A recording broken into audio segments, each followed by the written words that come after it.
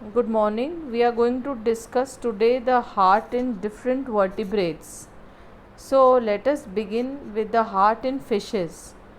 You have already learned in your 9th standard also that fishes are having the two chambered heart, that is one auricle and one ventricle, and the heart only deals with deoxygenated blood.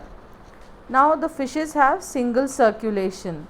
Now, the blood enters the mouth and then reach the gills where the blood is oxygenated, and this oxygenated blood moves into body parts. In the body parts, the blood is deoxygenated.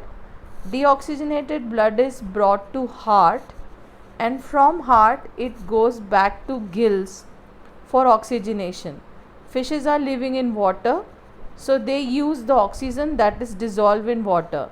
This we have already discussed in the respiration and breathing chapter also. So fishes have two chambered heart. Now come to the next, that is amphibians and reptiles.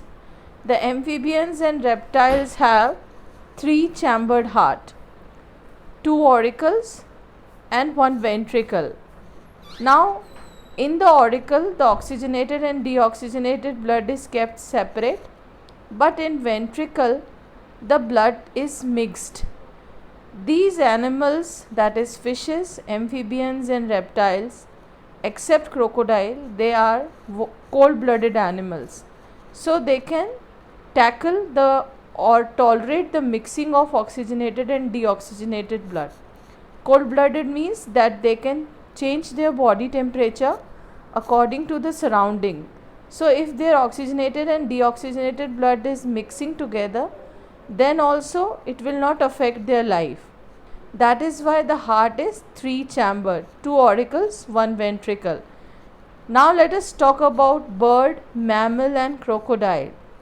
They are warm-blooded animals. That is, they cannot change their body temperature according to surrounding, and they need to maintain the constant body temperature.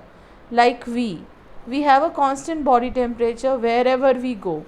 Whether we go to Sahara Desert or we go to Arctic Circle, we have to keep our body temperature constant. Now we have four chambered heart, two auricles and two ventricles. The blood is totally separated.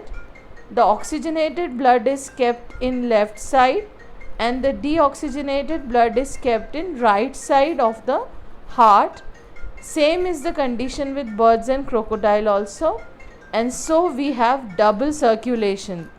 The details about the double circulation will be provided to you in the next session. Thank you.